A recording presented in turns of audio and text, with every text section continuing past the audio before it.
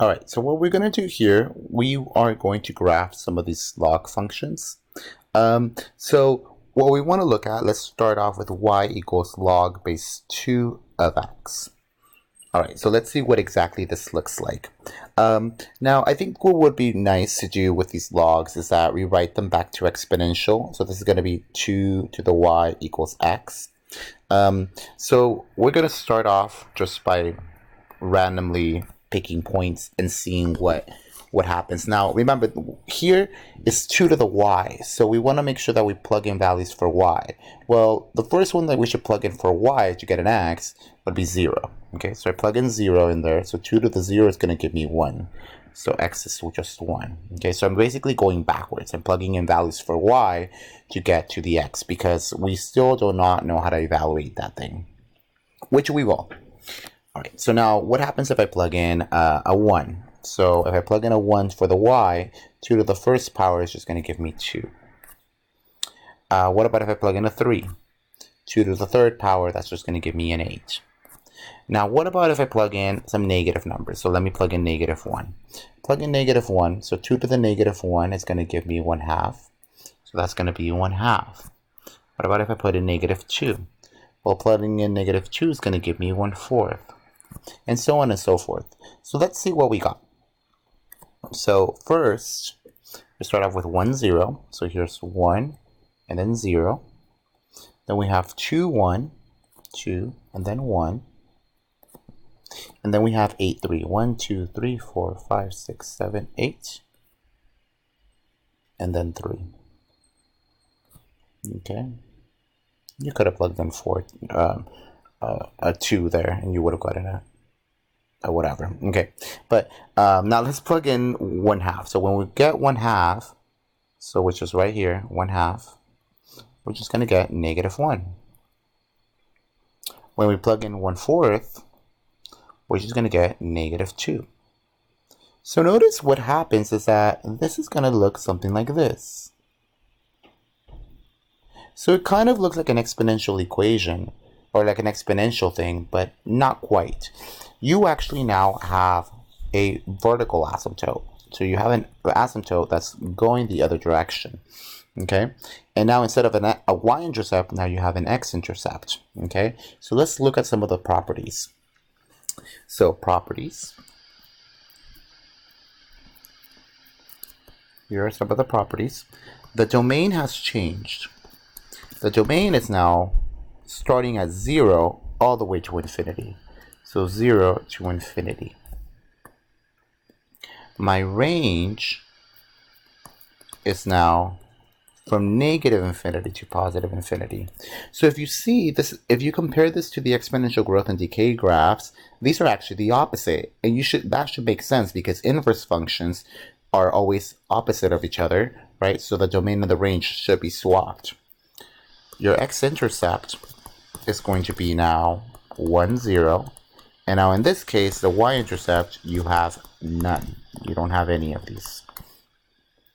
You have an asymptote, and the asymptote now is going to be at x equals 0. And this one, the shape, if you want to look at the shape, is just increasing. And this one contains the following. So if you look at the contain, when you have the base, when do you get the base 2? Well, the base 2 happens when y is equal to 1. So you get the base a at 1, and you get the opposite 1 over a at negative 1. So at negative 1 here, you just get 1/2. Okay, so these are also the opposite.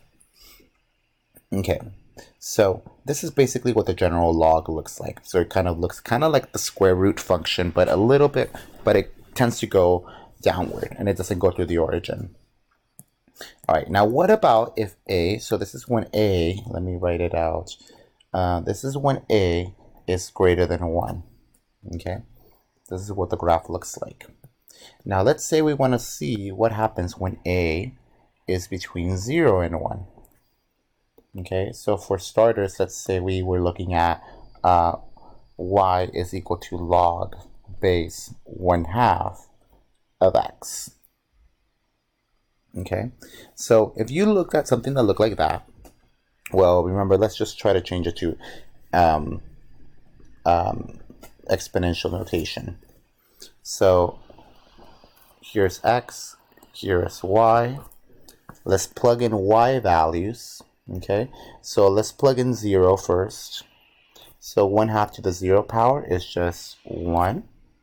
1/2 to the first power, so I'm going to plug in y equals 1. That's just going to give me 1/2.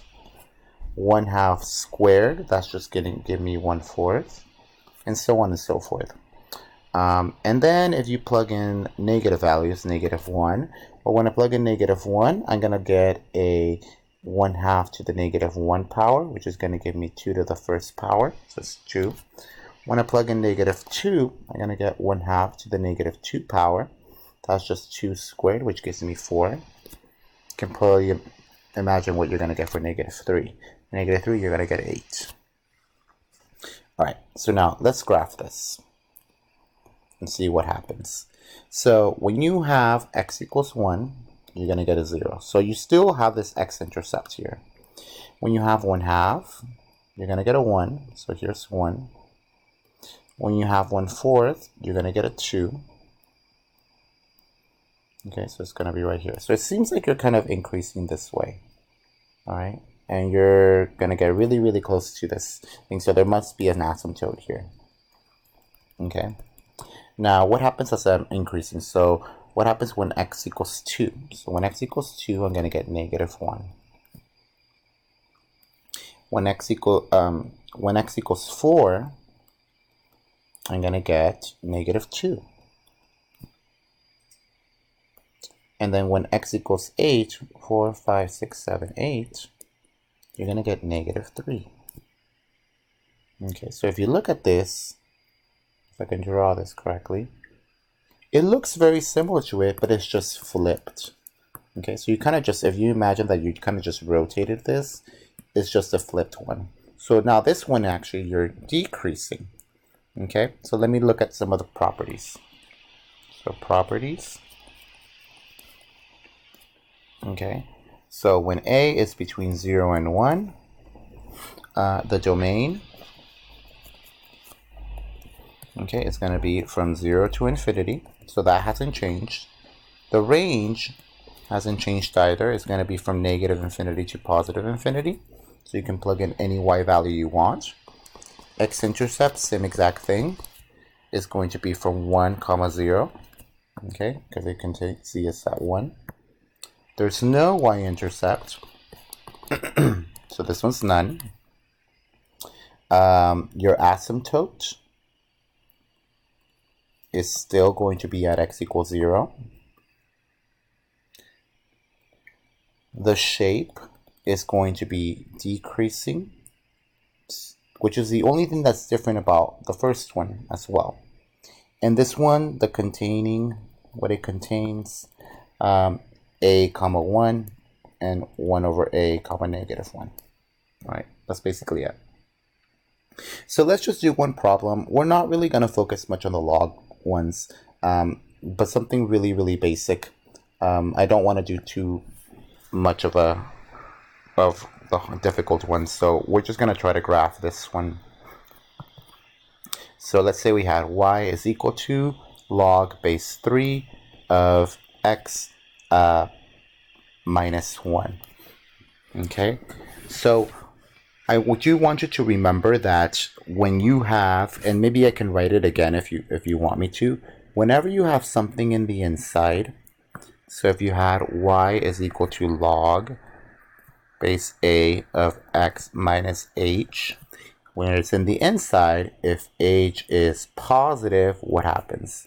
Moves left. If h is negative, moves right.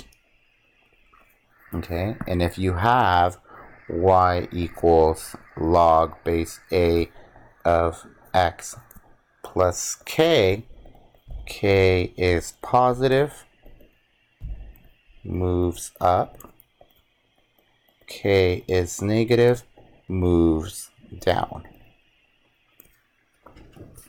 Okay, so in this case, we have an h because it's in the inside. Because it's -1, we are going to move. So we have y is equal to log base 3 of x minus 1.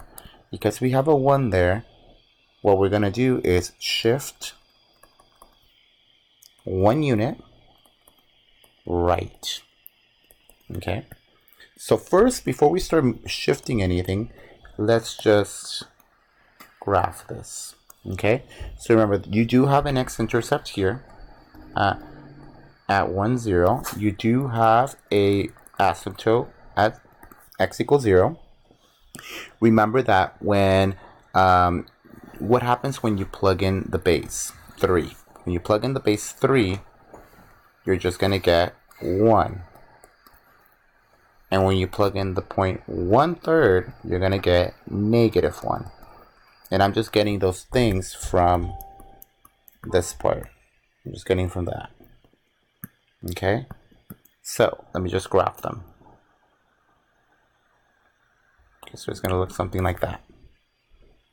Okay, so now this one's going to say shift 1 unit right. So I'm going to move this 1 unit to the right. Okay, so it's going to be 1 unit to the right. So let's try to look at this. So right now I'm at 1, 0. I'm going to move it 1 unit to the right. So I'm at 2, 0. This one I'm at 3, 1. It's 2, 0. Oh, sorry, 1, 0. Move it 1, 2, 0. Here I'm at 3, 1. Move it 1 unit. So now I'm at 4, 1. Okay, so this one's at 4, 1. Okay, now what about my asymptote? Well, the asymptote is also going to move 1 unit this way. Okay, so at first it was at 0. Now it's going to be at 1. Okay, and remember, it cannot cross this, so it's going to look something like this. Now, if you didn't graph the other point, it's okay. Usually these log functions can be really difficult to graph, so this may or may not be on the exam, but the exponential one will. But you should at least know what these graphs kind of look like. So in this case, which one was the one that moved the asymptote? Well, this thing is going to move the asymptote. So it's still the opposite. So with the exponential, the k was the thing that moved the asymptote. With the log, the h is the thing that moved the asymptote. So don't worry so much about this material. It can be a little difficult to understand. If you do have a problem like this, it'll probably be some sort of a matching problem where I give you like different graphs and you just have to pick which one is the one that best fits this particular log function, but you should know how to graph an exponential one. Okay, so this is basically all it is. If you didn't quite get it, don't worry so much about it. There's other things that I really want you to worry about and not so much about this graph.